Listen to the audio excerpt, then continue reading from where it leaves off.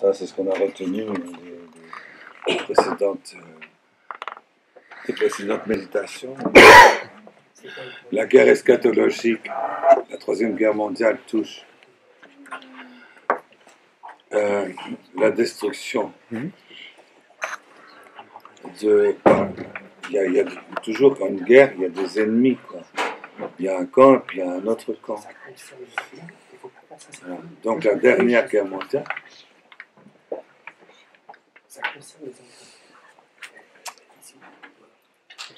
donc la Troisième Guerre mondiale, c'est une guerre eschatologique. Alors c'est une guerre eschatologique. Ça veut dire quoi, une guerre eschatologique? On a... Chut, Jésus. Tu me calmes le message. C'est ce que vous m'avez, c'est ce qu'on avait dit la dernière fois. On avait dit la première guerre, c'était dans les tranchées. C'est vrai, la première guerre mondiale, c'était dans les tranchées, c'était terrible. Ça fait... C'était pas drôle, c'est sûr. La Seconde Guerre mondiale, c'était une guerre de génocide. Et c'était une guerre idéologique et c'était une guerre nucléaire. C'est vrai, ça s'est terminé par l'utilisation de l'arme nucléaire. C'est la Deuxième Guerre mondiale.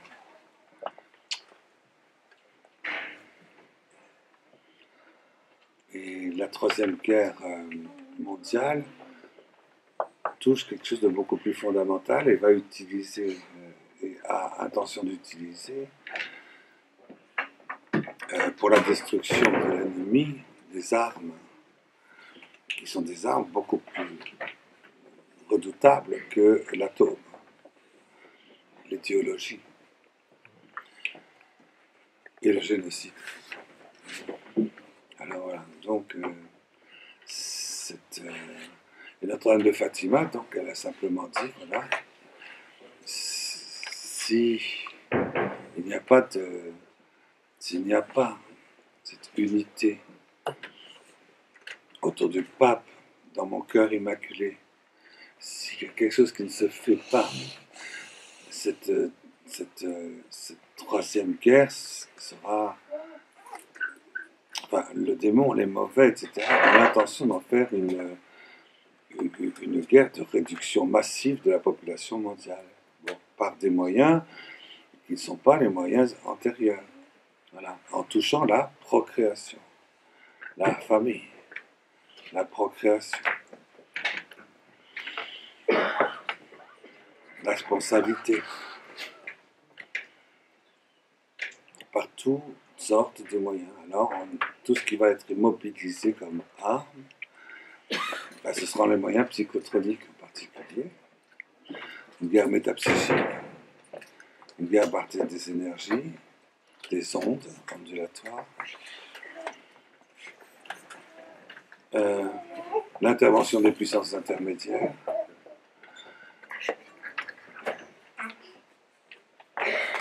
et puis le désarmement de l'ennemi. L'ennemi, c'est les hommes, c'est les enfants. C'est la famille. Donc, pour désarmer l'ennemi, tu fais quoi? Eh ben, tu vas utiliser tout l'arsenal, donc les démons. Alors, on a eu avec le Bataclan quelque part comme une espèce d'annonce. Hein, on va faire que la famille, parce que c'était des familles entières qui allaient là au Bataclan. Ils étaient 1500 par exemple. Hein. Les parents amenaient leurs enfants. Il y a des messages subliminaux là-dedans. Il y a une consécration à Satan. Il y a une manipulation ondulatoire. Il y a une préparation antérieure. Il y a eu un sacrifice rituel.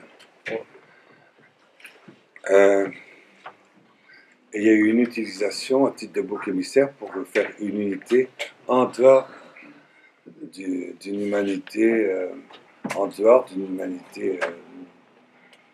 qui trouve son ferment dans quelque chose qui est bon, qui va vers le bien commun. Donc le ferment, c'est pour déplacer le ferment de l'unité sociale, de l'unité politique, de l'unité patriotique. Voilà, on ne va pas dire je suis Charlie, mais voilà, on va identifier la dignité de la France dans cette immolation, quoi. C'est terrible ce qui s'est passé là. Et il a fallu utiliser pour ça des armes. Vous ne pouvez pas soupçonner tout ce qui a été utilisé. Les médias, la préparation antérieure, les services secrets, la manipulation de masse. Alors, si vous...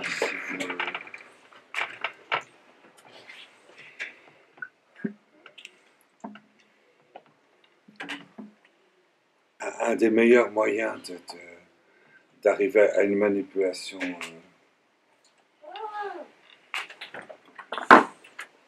disons de guerre, hein, de destruction massive, c'est pas du tout donc à travers des coups de fusil, des coups de couteau, etc., ou de la mitrailleuse, ou même l'atome, la bombe atomique, c'est pas ça. C'est autre chose, il faut détruire l'homme. On va détruire l'homme, on va détruire la femme, on va détruire ce qui fait que l'homme peut se défendre. On va détruire sa liberté humaine. On va détruire ces trois puissances de vie spirituelle humaine. Et c'est pour ça qu'on va utiliser des armes psychotroniques. Et on va utiliser tous les modes de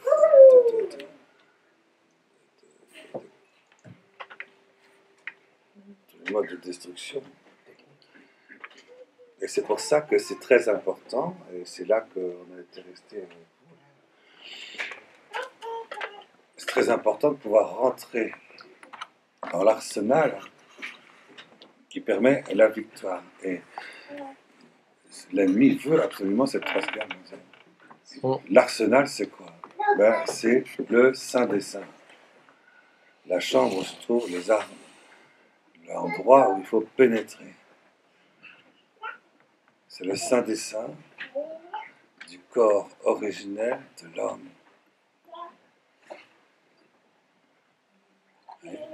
Là où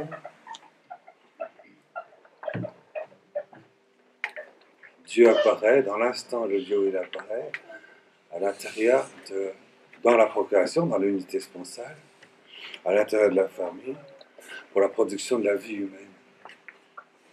Là où Dieu réalise l'unité de la liberté originelle de l'homme, à l'intérieur d'une intelligence, d'une liberté, une capacité à se livrer toute sa vie ensuite. Mais si vous arrivez à décomposer et à briser cette unité dès le premier instant de la conception, tous les hommes leur appartiennent, parce que ça veut dire que vous engendrez dès la conception des champs morphogénétiques dans les puissances spirituelles de l'homme, de la femme et de l'enfant, qui permettent aux puissances intermédiaires d'y pénétrer avec des armes psychotroniques. Et donc il n'y a aucun être humain qui peut échapper donc, à la manipulation métapsychique, ontologique. La Troisième Guerre mondiale a pour but qu'il n'y ait aucun être humain qui puisse échapper. Aucun.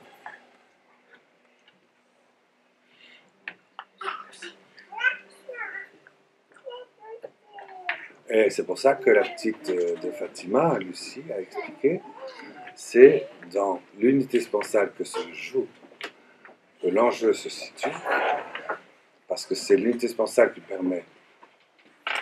qui est le lieu de la production du champ de bataille, plus particulièrement le monde biologique de la génétique, là où Dieu apparaît dans l'apparition de la mémoire ontologique, et la paternité de Dieu, Dieu est impliqué. C'est une guerre, cette fois-ci, dans l'homme, dans l'humanité sur la terre, entre Dieu, Créateur, Père, et ses Saint-Esprit. et Lucifer. Lucifer qui veut avoir plus, ou plus exactement total, mainmise, contrôle sur les libertés humaines, dès la conception.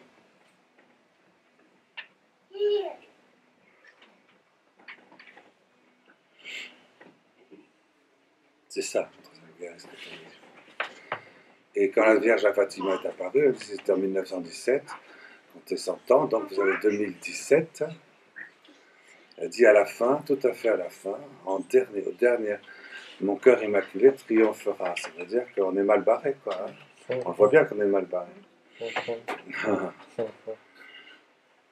Alors, ce qu'on peut éventuellement, vraiment regarder les armes les armes qui sont produites, sur le plan logistique, la logistique tachyonique, la logistique ondulatoire, la logistique métapsychique. Mais quand on arrive à manipuler 1500 personnes prédésignées pour gesticuler dans les messages subliminaux dans un Bataclan, à se consacrer à Lucifer et à Satan, en disant je donne ma vie et ma mort, j'arrive avec mes enfants, et ceci sous l'influence quand même de services spéciaux, dont je ne me garderai bien ici de donner l'origine géographique. En tout cas, c'est pas...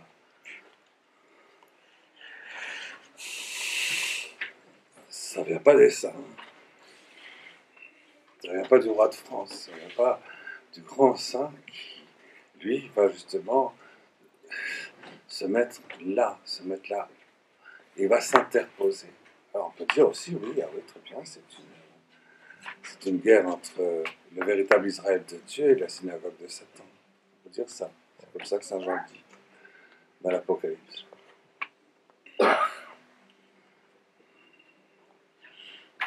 Ah, voilà. Donc on en était là.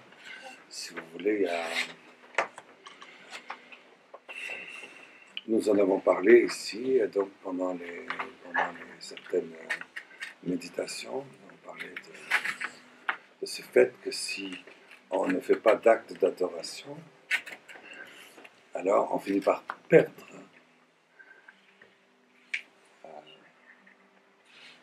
par oublier que nous avons une intelligence spirituelle. Si on n'exerce jamais notre intelligence humaine spirituellement, l'intellect agent, alors à ce moment-là, si on n'exerce que l'intellect possible, et jamais l'intellect agent, on finit par oublier que l'intellect agent existe, et du coup,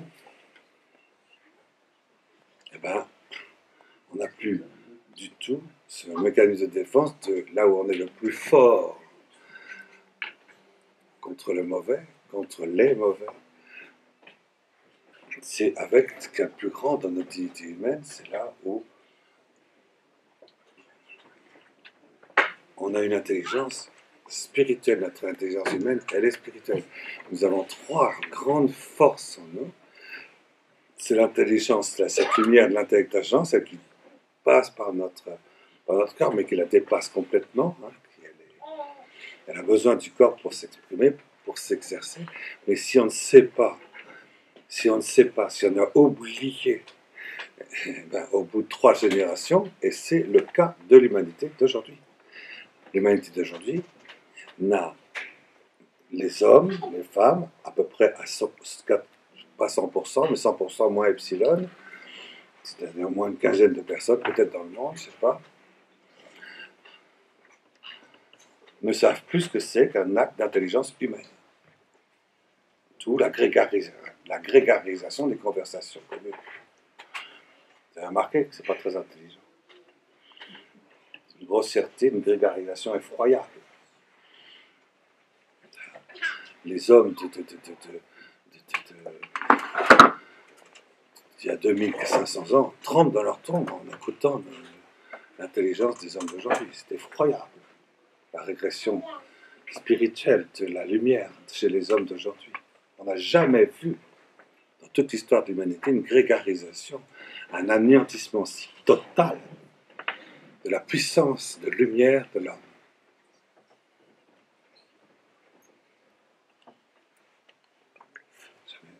Pareil pour les forces d'amour. Oui. C'est grave alors.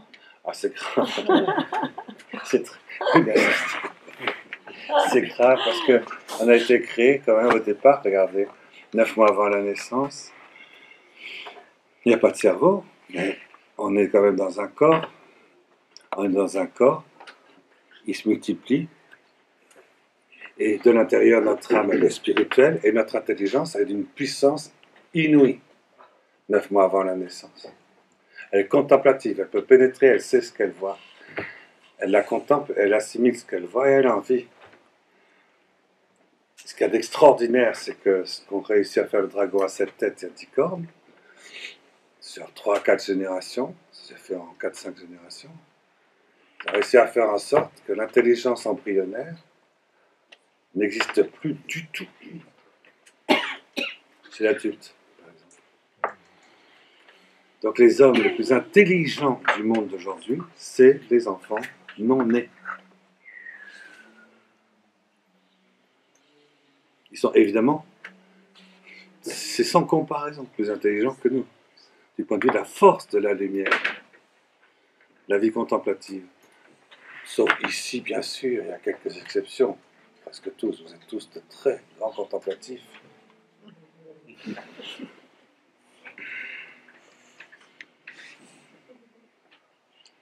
On a oublié qu'on était des êtres humains. Ça, c'est une victoire très, très, très grande. 5 générations, c'est ça, c'est 100 ans. Hein. On a réussi donc à faire régresser les puissances spirituelles, ce qui fait qu'un être humain, c'est un être humain. C'est pas une colombe, c'est pas une tourterelle, c'est pas un aigle. On dit que les éléphants sont très intelligents. Oui, je veux bien.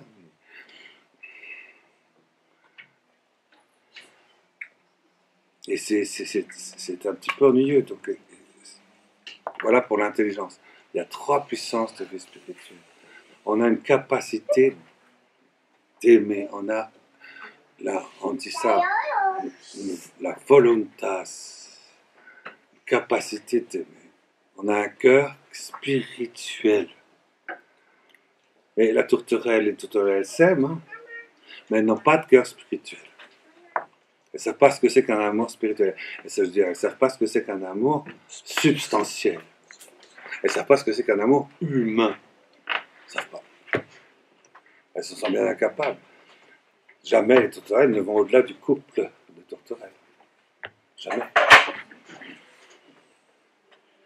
Est-ce que vous voyez? Vous avez entendu parler peut-être? Jamais, jamais. Jamais, jamais. C'est le cœur spirituel. Or, quand vous êtes un embryon, que vous n'avez pas encore de concupiscible, pas encore d'irascible, que les cellules nerveuses ne sont pas encore là, que les cellules cardiaques ne sont pas encore en train de pulser au 19e jour, que le cœur ne bat pas encore, même quand le cœur bat, je veux dire, vous avez un cœur spirituel qui fonctionne, et je tiens à vous le dire.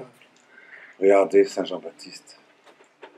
C'est lui qui perçoit l'amour du Verbe incarné, qui vient se nourrir dans le cœur de Jean-Baptiste qui pulse, de l'amour de bénédiction spirituelle qui se trouve dans le cœur de son embryon à l'intérieur du sein d'Élisabeth, vient puiser de cet amour que lui, Jésus, n'a pas.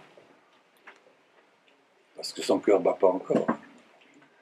Et qui s'en nourrit, et se nourrit de l'amour qu'il y a dans le cœur de Jean. Il trouve un amour plus grand dans le cœur de l'embryon Jean que dans le sien propre humain. Vous vous rendez compte, c'est dingue.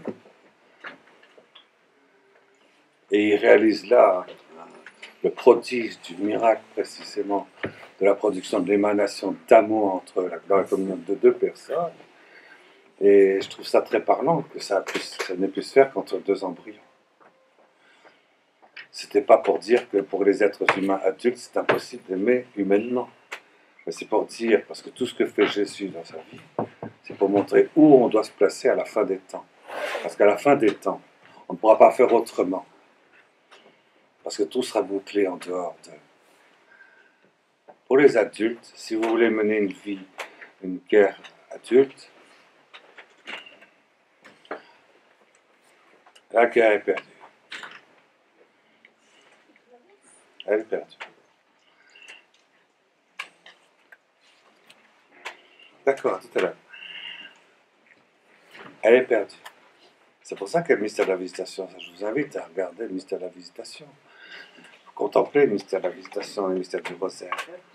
Parce que ça signifie, on va dire, philosophiquement. Hein? C'est important ce qui se passe dans l'embryon, ce qui se passe dans les enfants. Or, les enfants qui ne sont pas nés, ils ont cette expérience-là et ils en ont la mémoire. Nous, non. Prenez des petits enfants qui ont 13 ans, 15 ans. Est-ce qu'ils ont la mémoire spirituelle, c'est-à-dire où le corps, l'âme et l'esprit sont embrassés dans l'unité des dieux, d'une manière humaine qui leur permet de respirer dans l'assouplissement, l'abandon, la paix, et ils sont capables du coup à partir de là de pacifier d'amour tous les espaces de l'univers. Est-ce qu'ils font cette expérience-là? Est-ce qu'ils sont capables de faire un acte d'amour humain? Est-ce qu'ils l'ont déjà fait? Oui. Est-ce qu'ils se rappellent l'avoir fait? Non. Est-ce qu'ils ont la vertu, c'est-à-dire la capacité de l'approfondir? Non.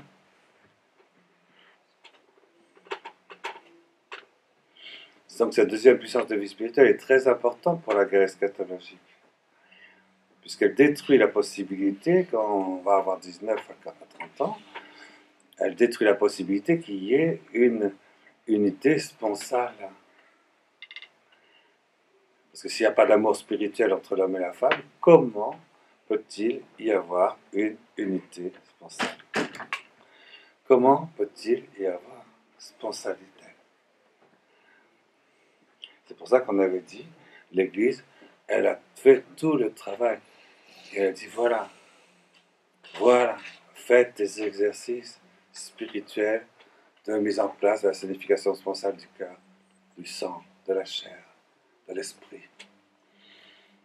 Faites-le. L'enseignement est donné dans tous les détails. Combien d'intelligence ou de cœur spirituel humain sont rentrés dans cet appel de l'Église du Saint-Père pour l'actuer.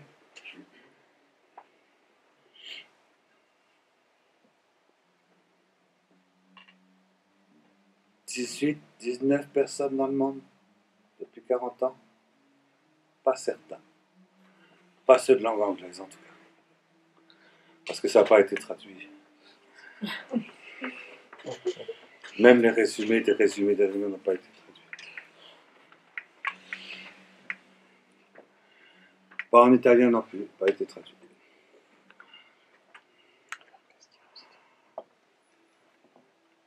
Ça n'intéresse personne, ça n'intéresse pas, même pas. Alors c'est marrant parce que moi je trouve un peu bizarre, parce qu'on voit tous les cathos, charismatiques, dingo, etc. à la course, et à un moment je suis converti, j'ai senti un amour fou pour Jésus, tout ça. Je cherche partout un père spirituel, je trouve un père spirituel. Où est-ce qu'il est ton père spirituel? Il a mis en place la signification responsable de sa vie. Comment est-ce que tu peux en faire un père spirituel?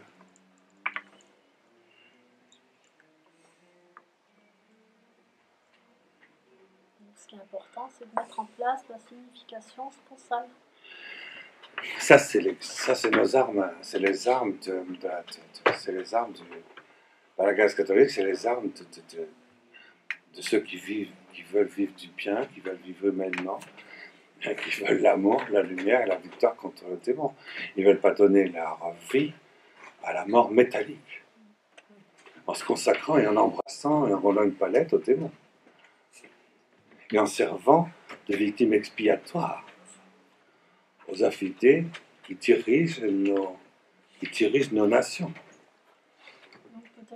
nos pays. Comment on fait?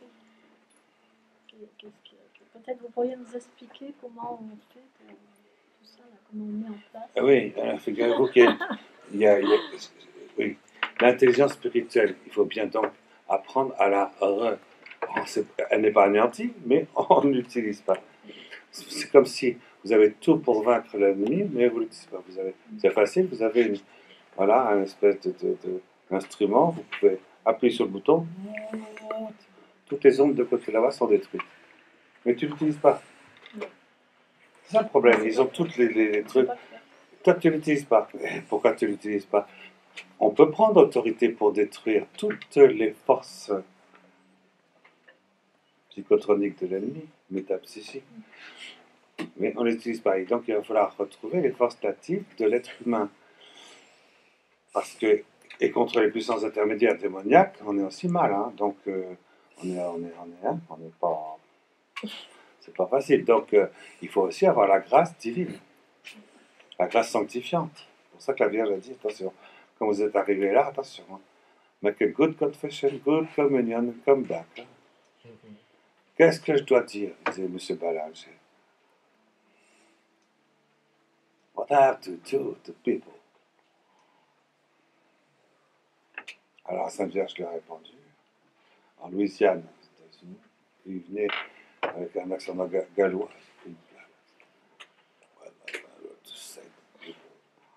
Avec a good confession, good come back. Je trouve ça génial. Je me rappelle avoir entendu ça sur une bande. Il faut avoir la grâce sanctifiante, mais la grâce sanctifiante, elle ne peut pénétrer que dans la sève d'un arbre qui monte. Si tu ne sais pas utiliser, si tu ne sais pas où est la sève, comment tu peux rentrer de l'intérieur et couvrir, diviniser de l'intérieur, donner la force divine intérieure, la grâce sanctifiante, à une émanation spirituelle humaine que tu n'as pas, que tu n'utilises pas, qui n'existe pas pour toi. Alors c'est le problème. Donc il faut aussi la grâce sanctifiante. Il faut retrouver, j'allais dire, la force de la vie contemplative, la force de l'amour spirituel, la force primordiale de la liberté du don originel. Il faut la retrouver à l'état pur et utiliser les trois et permettre qu'il y ait donc, avec la grâce sanctifiante, l'association des deux, quelque chose de tellement une restauration, une transformation, une récupération de toutes les forces de vie humaine et divine chrétienne, parce que s'il n'y a pas ça, ne serait-ce que chez quelques-uns, c'est sûr que la guerre est perdue. La Vierge nous a dit, voilà, in extremis, à la fin, mon cœur immaculé triomphera.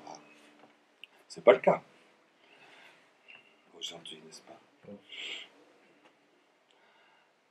Et donc il y a une troisième puissance, c'est pour ça que je n'ai pas répondu tout de suite à ta question. Il y a une troisième puissance, c'est la mémoire ontologique, c'est la mémoria Dei. Cette mémoria Dei, c'est la force que nous avions dans les 19 premiers jours de notre conception. Une force incroyable. Et ce n'était pas une force divine, c'est une force humaine. Il n'y a pas plus puissant. Il n'y a pas plus puissant pour la communication de toutes les forces de Dieu et toute l'attraction par aspiration des existences créées dans l'indivisibilité d'une force commune que dans les 19 premiers jours. Dieu est possesseur de cette, et il peut réaliser l'actuation de cette puissance dans quelque chose qui lui est personnel, à sa manière personnelle, dans son oui à lui, dans son fiat éternel dans le temps.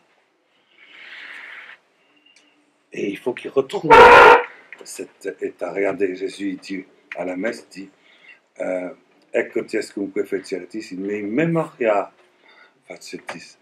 Faites ceci avec la puissance de la vie humaine qui commence avec moi 9 mois avant Noël. La puissance eucharistique n'a sa puissance que dans la puissance originelle, embryonnaire du Christ 9 mois avant Noël. Et il nous en supplie, il dit rentrez là. Pourquoi il dit ça?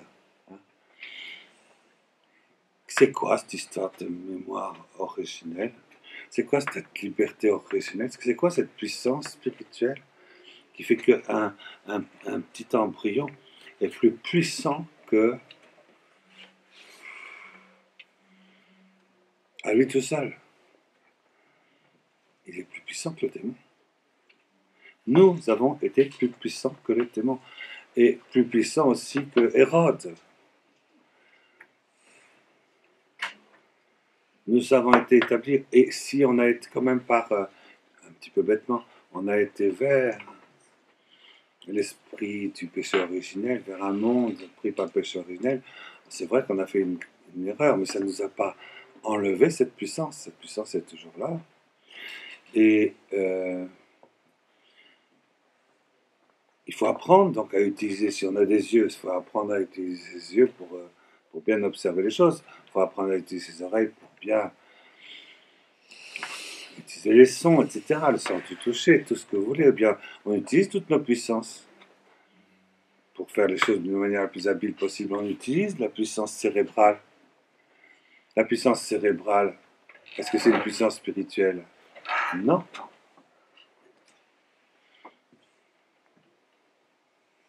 Et je l'utilise, cette puissance cérébrale. Regardez les enfants, jusqu'à 25 ans, on leur fait faire 8 heures de formation, de transformation, de travail, d'exercice, de machin, de gesticulation, etc. cérébrale. Combien de millions d'heures on impose à nos enfants pour la gesticulation cérébrale, tandis qu'on leur donne à peu près peut-être 15 secondes dans la vie de l'éducation pour faire un acte d'exercice d'intelligence humaine.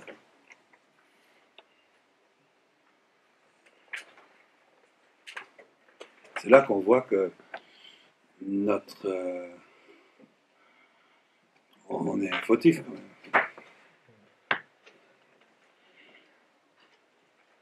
Quelque part, vous voyez, c'est pas pessimiste, c'est un état, c'est un constat.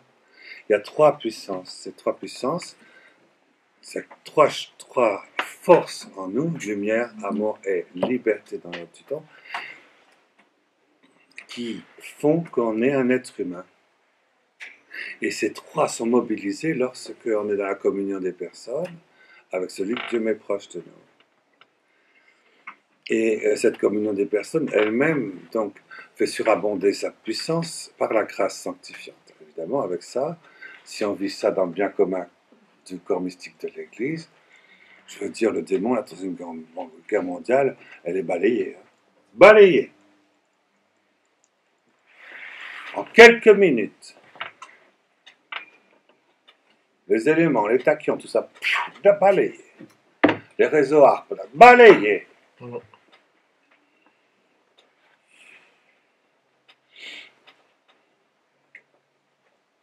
C'est vrai? C'est comme ça. Alors, donc, où est-ce qu'on en était? Non, pas. C'est qu'on réveille ça en nous. Ah oui. Comment on fait? Comment on fait pour réveiller? Ah ben ça, pour réveiller. C'est pas la bonne question. Si, dans toutes les questions sont bonnes. Je pense que la question est super, mais elle est super. Évidemment, on peut rentrer dans des séminaires de philosophie, métaphysique, etc., pour retrouver l'acte de l'intellect agent, l'acte de l'intelligence contemplative. On peut rentrer dans des noviciats, mais c'est vrai, des retraites pour que, non pas guérir un obé sur psy, pour qu'une fois guéri psy, on soit encore plus psy. Et on fait des guérisons psycho-spirituelles pour que le spirituel soit encore plus fort dans les guérisons psy. Donc l'intelligence est au service du psy. Et l'humanité dans le bien, quand tout de suite il y a un drame, etc. Vite, la charité c'est vite pour faire une cellule de crise, pour que les gens qui sont bouleversés par la souffrance, vite, soient engloutis dans le psy. Et vite on fait venir le psychanalyste de service, à la télé, partout. Dès qu'il y a un problème. On vit comme ça quand même, depuis 50 ans quand même. Hein. On est conditionné par ça, pareil dans l'école, pareil dans la famille. La maman, elle a des enfants, elle a un problème, on va voir qui?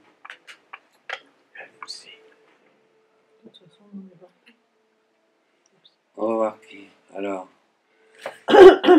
Et donc ça veut dire que quand même, il y a une perte. Je crois qu'on a perdu tout. On est désarmé, c'est ça, hein, on peut dire, on est désarmé. Alors, personnellement, je suggère qu'il faut apprendre à aimer en retrouvant un amour fou, inconditionnel. Peut-être pas exclusif, mais presque exclusif. Pour les enfants qui nous sont confiés et qui ne sont pas nés. Parce que eux, ils sont humains dans leurs actes.